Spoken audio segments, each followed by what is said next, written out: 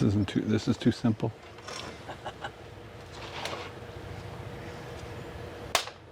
Another beautiful day in Round Pond Harbor. Frank Poland. My guest today is Leon MacCorkle.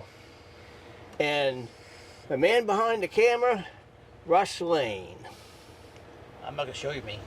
You're not gonna. No, maybe afterwards, but... Swivel that camera so everybody gets... Yeah, but you guys are right lined up perfect. I hate to mess with you. Ready for the first one, Russ? I am ready. Well, where did you grow up? Any brothers and sisters? So I grew up in New Hampshire. I started as a young boy in Nashua, New Hampshire, and probably spent my grade school there. And then at the end of grade school, I lived in Switzerland for 2 years with my family. My dad was working there. And then we came back to the same exact house. We rented our house out while we were gone. And I went to high school. Of course, I went to school in Switzerland for 2 years, but then came back into Nashua school system. And I finished up at Merrimack High School because we moved yet again. And as far as siblings go, I have 3 half-sisters. My mom had 3 different marriages. I was a product of the first marriage. My sisters were a product of the second marriage. But we're very close, and I'm glad of that. What year was you born? 66. Well, 1966. 1966. Oh. What was your earliest memory, Leon? Wow. My earliest memory was, I have 2 actually. I was probably around the age of 2 or 3. The first memory I have was screaming and crying in my crib because I thought there was a tiger under my bed. And that was a recurring theme all through until I was about 7. I was petrified of tigers. But my mom would come in, even though it was an imaginary tiger, and she would take the broom and she would scare the tiger away. And my other memory is I was quite a climber as a little kid, and my other memory is sitting on the counter because I would open up the drawers in the kitchen and I would climb up the drawers, and then I would stand on the counter and I'd open up the cupboard and I would take out the cereal, and then I would sit down on the countertop and I'd eat the cereal. And my mother would always come into the kitchen and be like, "Oh, what has he done?" School years, did you like school, and your hobbies? Oh, well, the hobbies is going to be a long one. Let's stick with school for a moment. Yep. So school, I think I kind of went through that. I went to grade school 1st through 6th in Nashua, moved to Switzerland for 7th and 8th. In 8th grade, I was in a college prep high school, which was common for an American school in Switzerland. And then when I came back, I went into freshman year at Nashua. It would have been Elm Street Junior High. And then I went on to Nashua High School, which now has grown so large it's split. So I believe what they call it now is Nashua South. School of the Purple Panthers. And then we moved to Merrimack, and home of the Tomahawks, and I graduated from Merrimack High School. Sports programs? So the sports that I did in high school were not a lot of team sports, a lot of individual sports. So I ran cross country in the fall, which got me ready for ski season. But I was a big skier, so back then you could be multidisciplined. So you could do slalom and giant slalom, but you could also do 20-meter jumping, and you could do cross country. And so I did all of those. And my senior year, I think I was, overall for all those disciplines, I was 2nd in the state. Wow. Yeah. Very impressive. Yeah. What ski? Where did you ski for the most part? For the most part, most of our training was done at Gunstock Ski Area, Yep. which is interesting because when I got older, I went back to Gunstock to learn how to snowboard. So I was kind of stuck there for a while. It's a nice ski area, a good family ski area. Yeah. He's got this question here. What did you do for fun growing up?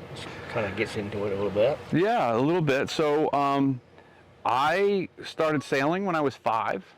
That's the one thing, the one gift I would say my parents gave me was the ability to do that and learn it. And I raced a bit in my teens. And through my 20s, actually, I raced lasers through my 20s regionally in the Northeast. but I've sailed all kinds of racing boats, lightnings, lightnings, lasers.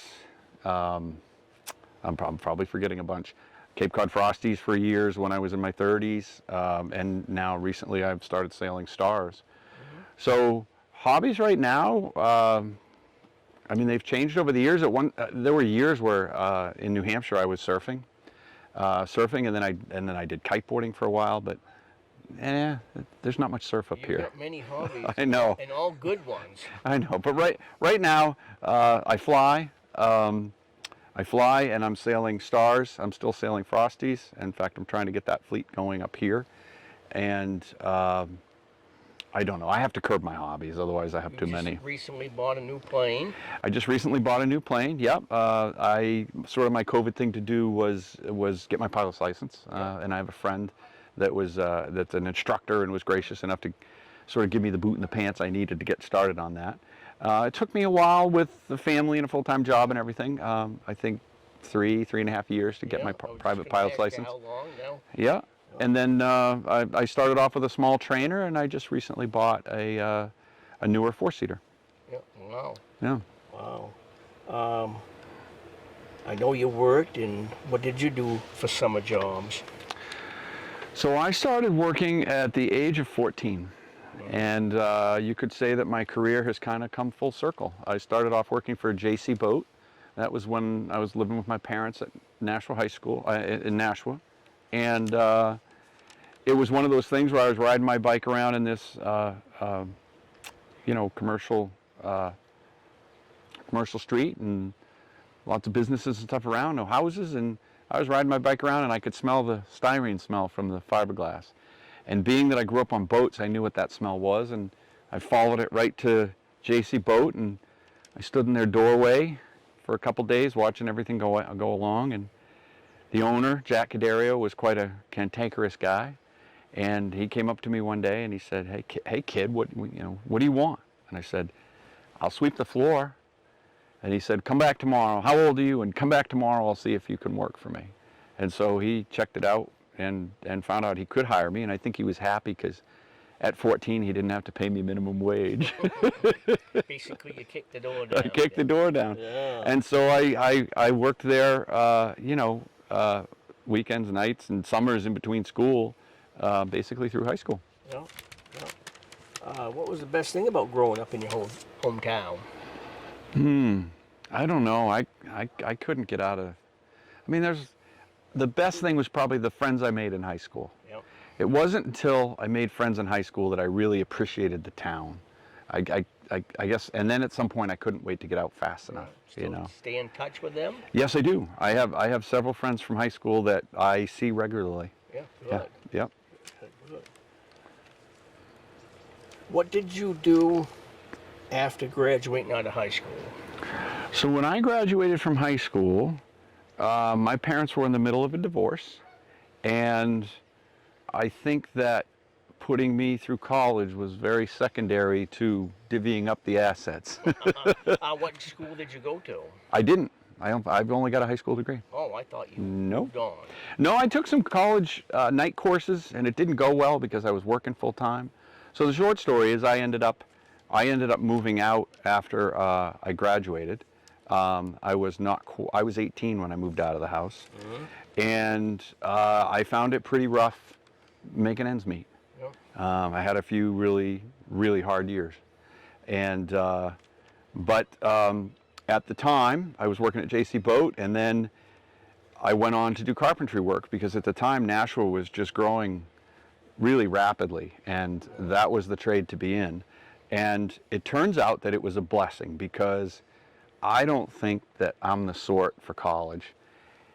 When you're going through high school, they're steering you that way, right? Everybody's got to go to college or you're going to be a failure was kind of the mantra. And I bought into that. And as it turned out, that didn't happen for me. I went into the trades, found out that I love working with my hands, and I have never looked back. In fact, there were a number of years where I had my own business doing carpentry work.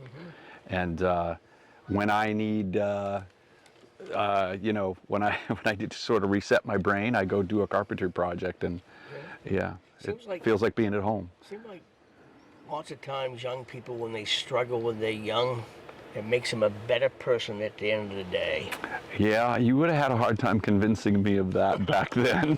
Well, all of us for that matter. All of us for that matter. Yeah, you wouldn't be in that room all by yourself there. I remember someone, because I had a lot of people along the way that helped me out in my 20s when I was alone. Same here. And, you know, you don't realize it till after, right? Later on, you think back, oh my God, that person gave me a leg up and this person helped me out. And I had a girlfriend at the time that she has no idea that, you know, she got me through that time. But you don't really realize it until later on how many people, just little helps, get you along. One of those people said to me that you know, the hardship that I was going through builds character. That's what I was getting at. And my response was, I don't need any more character. But that person was right. Yes. Your wife, your children. So I'm married, coming up on 22 years. I got into the whole marriage thing late. I think, I don't know if it was a matter of me being picky or just finding the right person. And I ended up marrying Sarah knowing that she didn't want to have kids, and I always wanted to have 4. And I don't know, it was, 5, 6 years into the marriage, she says, you know, I think I want to have children. And I said, don't mess with me. We got into this knowing that, you know, me knowing that we weren't going to have children. And she kept pestering me. So we had our daughter Lee, and that was supposed to be one and done. And kind of a cool thing, we did midwives at York Hospital. Both my daughters were actually born in Maine. And we used midwives, and I got to deliver my daughter. So I was the first one to grab the football and put her up on my wife's chest. And within 20 seconds of me laying Lee on my wife's chest, she looks at me and says, "We're having another one." and I said, "Where does that come from?" And she said, "I can't bear when we're gone to have her be alone in this world." Oh, man. Yeah. Awesome. Yeah, Yeah. in 20 seconds. Wow. And so, you know, so we waited a year or two, and then we had Aaron. Yeah. And yeah, they're both bright ladies, young ladies now. They're both in high school. They're both way smarter than I am. And it's not often that I win an argument or I can't really tease them Well, you've got anymore. a house full of girls, Leon. I am outnumbered in my own home. It is true. It is true. But you know what? I can't imagine what it would be like if we had 2 boys. But you don't know till you're in it. Well, my next question, I already know the answer to this. Do you have any fears? Do I have any fears? You're fearless as far as I'm concerned. No, that's just a facade. Geez, I can't really think of anything off the top of my head. But I will tell you this: when I was young, I had a big fear of the dark and a fear of the woods. And my daughter Lee has the same fear, and I've been working with her to get over it. Lions and tigers and bears. Yeah, not the tigers. But I don't know. At this point, I think you're right. I think I've challenged any fears that I've had. Well, you make it happen. Yeah. You set your mind to it and make that step down that road. Yeah. Fear's You a make it happen. fear's a limiting thing, Yeah. right? You're not a give up type guy. No, I don't give like up people easily. that don't give up. That's good.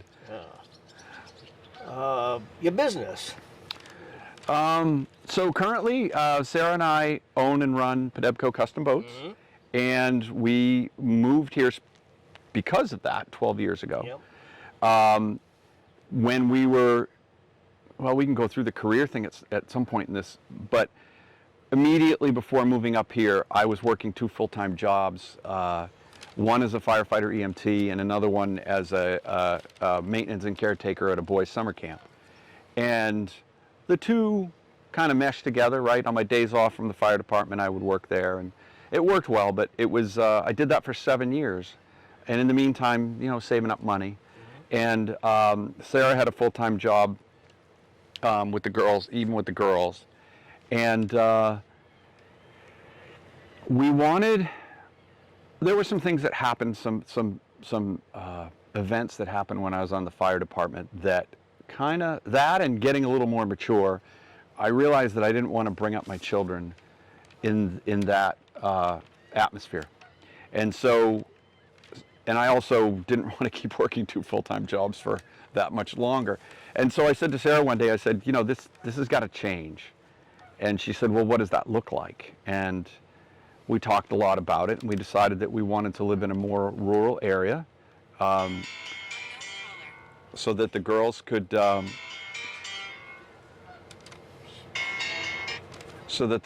grow up in a similar fashion that we did when we were younger. Because Nashua was very rural, and Sarah grew up in West Newbury, Mass, which is very rural. And that did well for us, and so we wanted the girls to come from that place too. And so the other part of it was, what do you want to do for work? And I said, I want to do something with boats. That's where I started at JC Boat. I've always been around boats. I've always loved boats since I was a little kid. And it seemed like the logical thing to do. You know how people tell you, do what you love and you'll never work a day? I kind of bought into that. And so we looked around, and it took 3 or 4 years before we found this situation here in Round Pond. That brought you here. That brought us here. And then it wasn't an easy transition. I mean, we essentially sold our house, and we had a 2-unit apartment house in Portsmouth that we sold, and we sold everything to buy this business. And that was quite a leap of faith. And I would tell you, in the first few years, there were a lot of sleepless nights where I had to tell Sarah it was going to be all right. I noticed that first 2 years when you bought the boatyard there, you was very stressed out. But then after a while, things started to fit, and you mellowed out quite a bit. You got seasoned in that business. Yeah, a lot of things have to happen. You know, you have to find the right employees and put them in place, and we've got a group of fantastic guys now, and you have to find direction. I mean, initially Padebco was very much a building boats, and that's it. And there was a small storage yard, but it wasn't the mainstay. And after the first year or so, Sarah and I realized that in order to make ends meet, we needed to be providing service and storage, and that the building needed to become secondary. And I won't ever give it up, because I enjoy it. It's fun, it's you know. the best place in the world, Round Pond Harbor. And it absolutely is the best place in the world to be here. I mean, I've been here my whole life. So. And you haven't gotten bored yet. I haven't. Served your community. I guess we talked about EMT and fire department. And well, don't forget, as an EMT, I was a professional. Well, let me back up. I started out as a volunteer fireman in Greeley, New Hampshire. And I was spending so much time volunteering that Sarah suggested, hey, why don't you go get a job doing that if you like doing it so much? And so I got hired at Northampton, New Hampshire Fire Department. And it was very different than anything I had ever done. It was quite a transition for me that did not come easily. But after 7 years, I was comfortable. I formed a lot of relationships with, the folks that I worked with, a lot of really great guys. And what they don't tell you about the fire service is that when you leave, you miss the guys. You miss the guys tremendously. you built a brotherhood. Yeah, Yeah. very much part of that. Yeah. But as a professional firefighter, you're also getting paid, right? So you're doing a noble task, but you're also, I had great health insurance, I had decent income, and yeah, it's different. Mm-hmm. The history of the boatyard. We'll get back to the boatyard for a little bit. Sure. So I'll tell you what I know, and hopefully I'm not too far off on some of this. Bruce Cunningham is the founder of Padebco. Padebco actually stands for Paul and Deb Company, his two children. And I believe he started somewhere in the early to mid 60s. Yeah, Does that sound right to you? I could tell with that. Yeah. I'm going to say about 1960, 61. Yeah. Give or take a year. Yeah, and Bruce came from a very wooden boat background, but also very much he had down east lines in his DNA. I mean, He was gifted. He was very gifted, and I mean, even he worked with us for the first few years, and I remember he could look at a hull, and he could tell you, he'd take a grease pencil and he'd tell you the water line's going to be about right here, and damn it all, if you didn't put that boat in the water when it was finished, and she sat right on her lines. He always did quality work. Yes, he did. Yep. So somewhere in the mid '80s, someone pestered him enough to transfer the lines of the wooden boats that he was making to, and they were mostly commercial. He did have a foray into some wooden runabouts. I've actually seen a couple of those. Yep. But in the '80s, somebody pestered him enough to take those lines, those Downey style lines, and move them over into a recreational fiberglass boat. And when he did, things took off. That's where the building on Anchor and Road came from in the mid '80s, because they needed an environment where they could do fiberglass work in a heated space in the wintertime. And then it grew from there. I think at this point now, between what he had built and what we've built, we're over 150 boats. We build boats anywhere from 17 foot through 32. And our biggest seller is a 24-foot center console. And I think we're up to 130 of those so far. Wow. If you ever want to see a whole slug of them, go down to Christmas Cove, because I think a third of them are all down there. Usually I end up at the cove side when I get out there. I've only been there once. I don't get out around Pond. Oh, we'll check it out. Owning the boat shop, what's the best thing about running the boat shop, Padebco Boat? I think it's, I'd like to say I have a relationship with the boats because I know them all so well. We currently haul and store 110 boats in the winter, and then turn them around and put them all back again in the spring, which is what we're doing now. You need more space. Well, we do, but we also need more employees, which I think is something that every business in the Mid-Coast could say.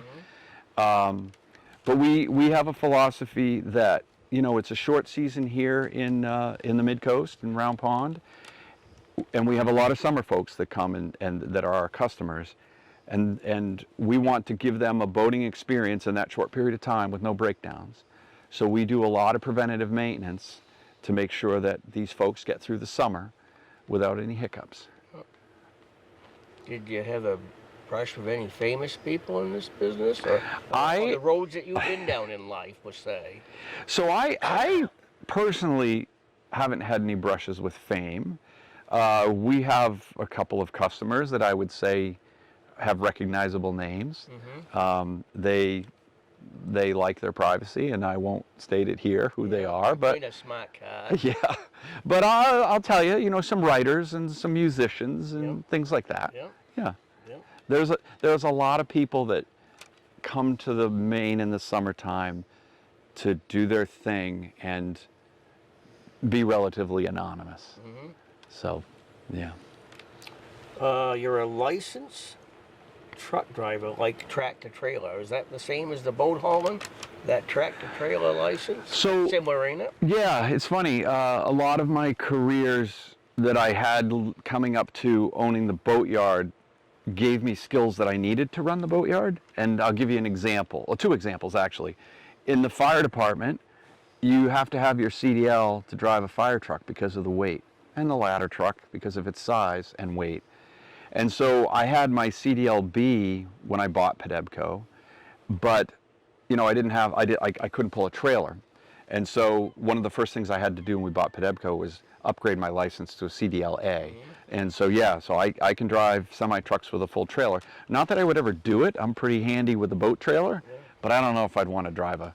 I remember when you was going through all that. Yeah, that was kind of stressful. Yeah. I remember driving to my first exam up in Augusta, and I had to drive up over the hill in Gardner in the wintertime, and I blew out a tire on the way, and then the road was so slippery I couldn't make it there, and I had to call and cancel my appointment. Wow. Only in Maine. Licensed pilot for a plane, pretty impressive. Yeah, that's very recent. One of those sort of life goals that I let go until my 50s, but I should have done it a lot younger. But here I am. If I did it all over again, I would have got my pilot's license in my early 20s, and I would have been a commercial pilot at some point. Yeah, once again, making it happen. You got to make it happen at some point. Yeah. And this one really got my attention last winter when you and me was sitting around. A teacher at Lincoln Academy. Yeah, don't worry, that one surprised me too. Wow. So let me tell you a little bit about where that comes from. I like this story when you told me the first time. So I'm involved in a few organizations that have to do with the boatyard. Maine Marine Trades is one of them. I was on their board of directors for 9 years. And so there's some workforce development stuff going on there, which I kind of took a passion for. And then I'm also on the board of directors of the American Boat and Yachting Council. And the American Boat and Yachting Council, or ABYC, they have a curriculum already made up. And so the bookwork's already done, what to teach, what to study, what the tests, that's all done. And so I approached Lincoln about this Marine Service Technician program, and they were pretty excited about it. They have a very much a technical side to that high school. And the problem was finding somebody to teach it. And I did manage to, through a couple other boatyards, Hodgson, Washburn Dowdy, and Backhoven Sabre, all ponied up money along with Padebco, and we bought the curriculum for the school. And so we had all that in place, we just didn't have a teacher. And it basically came down to, it was important enough to me to get this program moving that I took a trimester off. Well, every other day I went into Lincoln and taught an hour and a half long class. What I learned very quickly is that if you're teaching an hour and a half long class, there's at least 3 or 4 hours of getting your lesson plan together, getting your, there were labs in this too, not as many as I wanted, but there were labs in this, and so I would grab from the stockroom pieces and parts, and to do electrical, to do plumbing. But the ABYC course is a fantastic course, and I really hope that it grows legs and takes off. Yeah. And they do have me as an alternate next year if we don't have an instructor to do it again. Good. Wow, pretty impressive. Yeah. I mean, wow. Yeah. That one surprised me. Yeah, it surprised me too. I never would have guessed that I would be teaching a high school class with just a high school diploma. But being that it's a private school and that I have the knowledge to pass on, it all worked. Yeah. Yeah. Lincoln's always had a great reputation of top shelf teachers up there, even back when I was going there in the 70s. I would agree. And both of my daughters are there now, and they have really... It's a very underrated school. Agreed. Yeah. Yeah. My daughters have blossomed there. They really have, as students. Yeah. Tell us something nobody knows about you. Or do we want to get down that road? No, I think I can answer that. What people don't know about me is that I have a very eclectic interest in music. I can't play music to save my life. I've tried accordion, I've tried ukulele, all the, well, some would say accordion's a difficult instrument, but I've tried guitar lessons, all of that, and I am hopeless, absolutely hopeless. And but I do like to listen to music, but what I listen to would drive most people crazy. Are you into rock? No. Bluegrass? I don't even. Classical?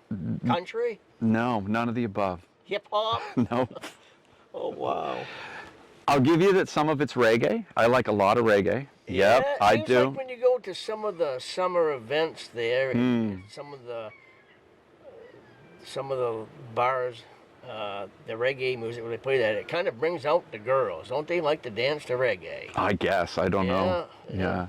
But no, I mean, to give your viewers an idea, I like bands like Depeche Mode, Stereolab, On the reggae side, I listen to the Hip Abduction, and Stick Figure, and bands that you just wouldn't see in the mainstream. And I actually really enjoy both Pandora and Apple Music, where they, you say what you like and they serve you up more music, and it's been really fantastic learning new music. And as much as my daughters hate it, I often like to listen to their music because it's something new and fresh and that they're listening to. Mm-hmm. Sometimes I like it, sometimes I don't, but yeah, I would say the one thing people don't know, and I'm not that open about, but I like Devo. I just do. You don't even know who Devo is, do you? Hell no. Man, I'm not up with this new stuff. All these kids know what. Well, you got to remember, my music, Devo, goes back to the late '70s. Oh, I mean, think the Really? think the B-52s and Talking Heads, and that's my wheelhouse. Back in the Rolling Stones. Yes, Dead, because you had no other choices. Southern bands. Let's see, Marshall Tucker, Yep. the Allman Brothers, Leonard Skinner. I was Yep. always into the southern rock. Well, I'm taking Erin to a couple concerts of hers this summer, which I don't know if I can even remember the names of the bands. I'll tell you. One of them's Ghost. We're going to see Ghost. Then we're also going to see one of my bands. We're going to see Billy Idol. Yeah, Yeah, the 80s. yeah, 80s, 80s. Yeah. And then in the fall we're going to see Police. Yeah. The Police. I think Idol's supposed to be playing up in Bangor. Right? That's where we're going. You are. Yeah, that's where we're way going. uptown. Yeah. Yeah. Yep. What would you like to be remembered at? Remembered for, I should say. When I'm no longer here. That's a tough one. Other people answered this I mean, question. you've been down so many roads, and he puts his heart and soul in everything he does. Pretty impressive. I want to be remembered for what I did for other people. Yeah. Yeah, because I think that's something that, People ahead of yourself. and I think that's something that's Pretty cool. missing nowadays. Yes. People aren't either brought up that way or disposed to be that way. Yep. And Old school. yeah, and Responsibility. maybe it's Loyalty. yeah, but for your fellow man, right? I mean, everybody's got I had enough their people thing. helping me. To help some young person is pretty good. Yeah. And, Yeah. what would you give for advice for the next generation?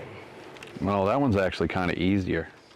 So the generations behind us, I don't know if I can put my finger on it, but the first one's probably don't give up, right? Yeah, I mentioned that earlier. Yeah, don't give up. Don't give up easily. If things that are hard fought for and won Yes. will be more important to you once you've achieved them than things that are given to you. Working hard for it. Yep. And if you get knocked down, get back. Get back up and do it again. One hard inch at a time. Yes. And usually, the biggest part, you end up getting there after a while. You do. Even if you didn't get there, at least you had the satisfaction to look back and say, I did the best I possibly could. Right. Right. That's quite a lot of satisfaction right there. Yeah, but working hard, knowing what you want, going after what you want, and not giving up. Yep. I mean, those are things that I think are dwindling in our society. I admire somebody so much that doesn't give up. Yeah, because you can appreciate whatever they're going after is so important that they don't. I've been there. Yeah, me too. Me too. And what gives you hope? Well, that's a tough one. I don't know. I tend to be a hopeful, optimistic person. So there's a lot of things that give me hope. I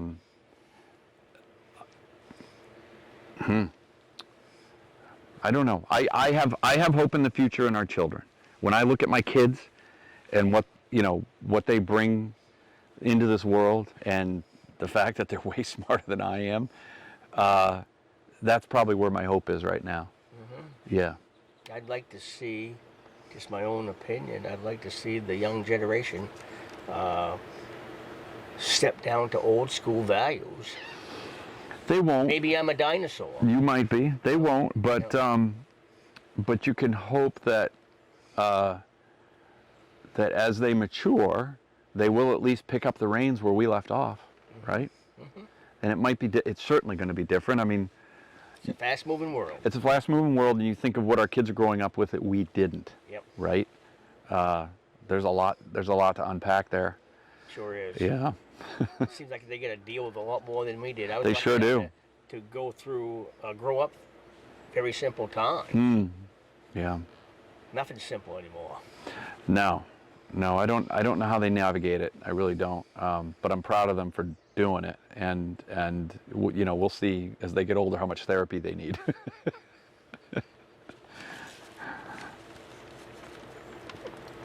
If you was to do this interview, what would you ask? Boy, you have all the tough questions. Did Russ come up with these questions? He did. He's the mastermind behind the camera. Ask me that again, please. Oh, let's see. If you was going to do this interview, what questions would you ask? You've asked a lot of them. I mean, to get to know somebody, you want to know where they came from, you want to know where they're at, and you want to know where they're going, right?